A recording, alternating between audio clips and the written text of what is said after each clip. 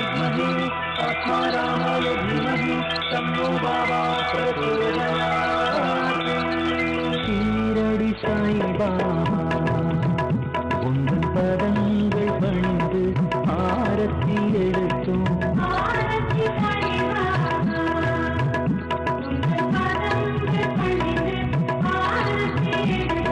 ஷீரடி சாய்பாபா உங்கள் பதங்கள் பணிந்து ஆரத்தி எடுத்தோம்.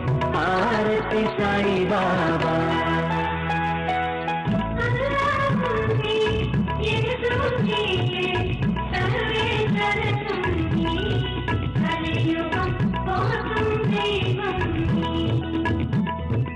ஆரத்தி சாய்பாபா உங்கள் பதங்கள் பணிந்து ஆரத்தி எடுத்தோம். ஷீரடி சாய்பாபா.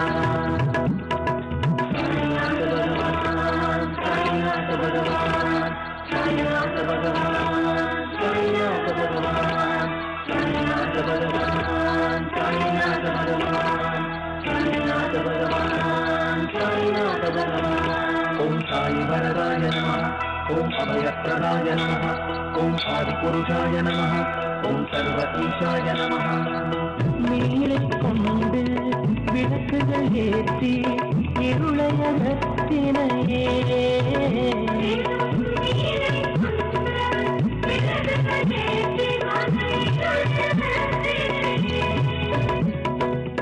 நெருப்பில் குழந்தை நீடிடாமல் தங்கை கொடுத்தனையே.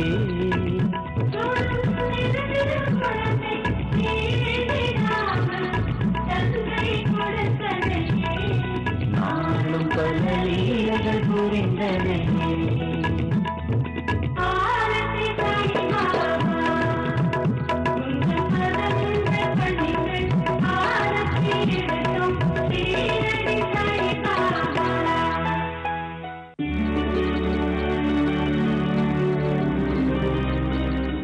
ஜி தமிழ் தொலைக்காட்சி நேயர்களுக்கு வணக்கம்.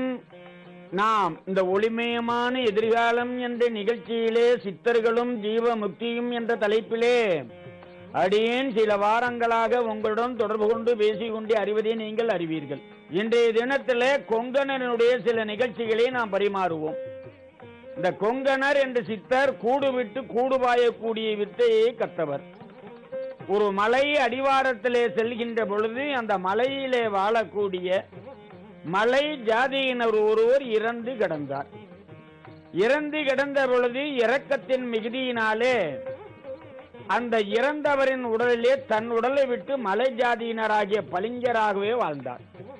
அப்படி வாழ்ந்து கொண்டிருக்கின்ற பொழுது தன்னுடைய தபோதன நிலையை மறவாதபடிக்கு ஒரு தெய்வீக நிலையை எட்ட வேண்டும் என்று சொல்லி பெரிய நிலையை அடைவதற்காக ஒரு பெரிய தவ வேள்வியை செய்தார். தகுதிக்கு மேல் நீ ஆசைப்படுகின்றாய், அதனாலே உன்னுடைய யாகம் பரிபூரணம் பெறாது என்று சபித்தார். இந்த சாபமும் பாவமும் தீர என்ன செய்ய வேண்டும் என்று கொங்கண மகரிஷி கௌதம மகரிஷியிடத்திலே கேட்டார்.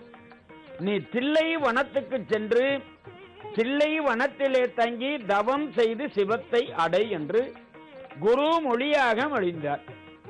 கொங்கண மகரிஷி அங்கே இருந்து தில்லை வனம் வந்து பராசுரரை சந்தித்தார். பராசுரர் அவருக்கு சாபத்தையும் பாவத்தையும் நீக்கி நீ இங்கே தவம் செய்து இறையருள் பெறுவாயாக என்று நல் வரத்தை நல்கினார். பராசுர மகரிஷி அங்கே தங்கி இவர் தவ வேள்வி செய்தார். அந்த தவ வேள்வியிலே பரிபூர்ணம் பெற்ற பின்பு பல திருத்தலங்களுக்கு சென்று வழிபட்டு மூலிகைகளையும் மாந்திரீக முறைகளையும் வைத்திய நிபுணர்களை பலர் உருவாக்கி அவர் சீடர்களை மிகவும் எளிய முறையிலே பச்சிலைகளினாலே நோயை தீர்க்கக்கூடியது, விஷ கடிகளை இறக்கி தீர்ப்பது, சந்தான விருத்தி இல்லாத அந்த கர்ப்பப்பையிலே உள்ள புழுக்களை நீக்குவதற்காக மூலிகைகளெல்லாம் கொடுத்து கூட எண்ணற்ற பேர்களுக்கு நலம் விளைந்ததாக கூட ஒரு வரலாறு உண்டு.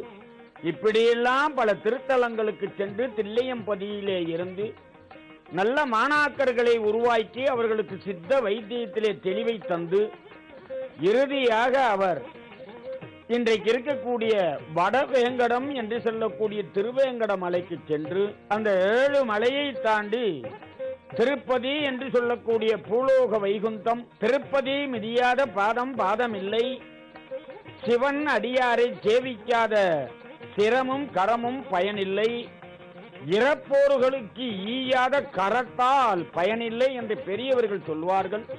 அத்தகைய அந்த திருப்பதியிலே சென்று கொங்கண மகரிஷியாகப்பட்டவர் சமாதி நிலை அடைந்து இன்றும் அங்கே வட வெங்கடவனாக இருந்து உலகிலே உள்ள அனைத்து உயிர்களுக்கும் அருள் பாலிக்கக்கூடிய மகானுபாவராக விளங்கி எல்லோருக்கும் இன்னருளும் தன்னருளும் புரியக்கூடிய இந்த கொங்கண மகரிஷியாகப்பட்டவர் நம் நாட்டிலே தோன்றி இந்த திருநாட்டிலே தென் பகுதியிலே தோன்றி ஊதிமலை என்பது கொங்கண தேசம். அந்த கொங்கண தேசத்திலே தமிழே அழகாக பேசுவார்கள்.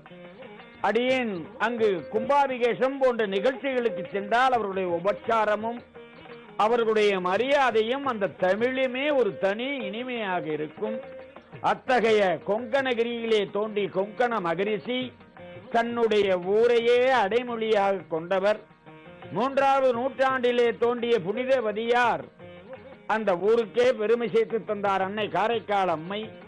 அதை போல கொங்கண தேசத்துக்கு பெருமை சேர்த்து தந்த கொங்கண மகரிஷி திருப்பதியிலே சென்று ஜமாதி நிலைமை அடைந்து அங்கே வெங்கடேச பெருமாளாக இருந்து என்றும் உலக உயிர்களுக்கெல்லாம் அருள் பாலித்து கேட்டவர்களுக்கு கேட்டபடியாக வரம் அருளி இன்னருளையும் தன்னருளையும் வழங்கக்கூடிய மகானுபாவர் கொங்கணகிரி சித்தர்.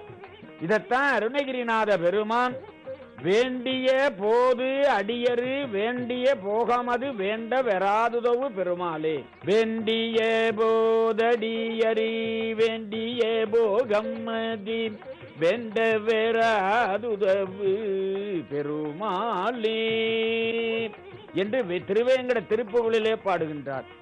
வேந்த குமாரா குகா செந்தம்மையூரவடன் வேண்டிய போதடியர் வேண்டிய போகமதி வேண்ட வெறாதுதவு பெருமாளே என்று சொல்லப்பட்ட வட வேங்கட திருப்புகளுக்கு சான்றாக இந்த கொங்கண மகரிஷி கொங்கண தேசத்திலே ஊதிமலை என்ற ஊரிலே தோன்றி ஊதிமலையிலே இருந்து பல சித்த பெருமான்களாலே அருள் பெற்று இந்த கொங்கண மகரிஷியாகப்பட்டவர் வட வேங்கட மலையிலே சமாதி ஆகி இன்றைக்கு வேங்கடவனாக இருந்து அருள் பாலிக்கின்றார் என்பதை உங்கள் மத்தியிலே கூறி இந்த அளவிலே இந்த உரையை பரிபூரணம் செய்து அடுத்த சித்தொடர் தொடர்பு கொள்வோம் என்று கூறி உங்களிடத்திலேந்து விரைவடை கூறியவன் டாக்டர் வேணுகோபால் வாரியார் சுவாமிகளின் சீடம். நன்றி, வணக்கம்.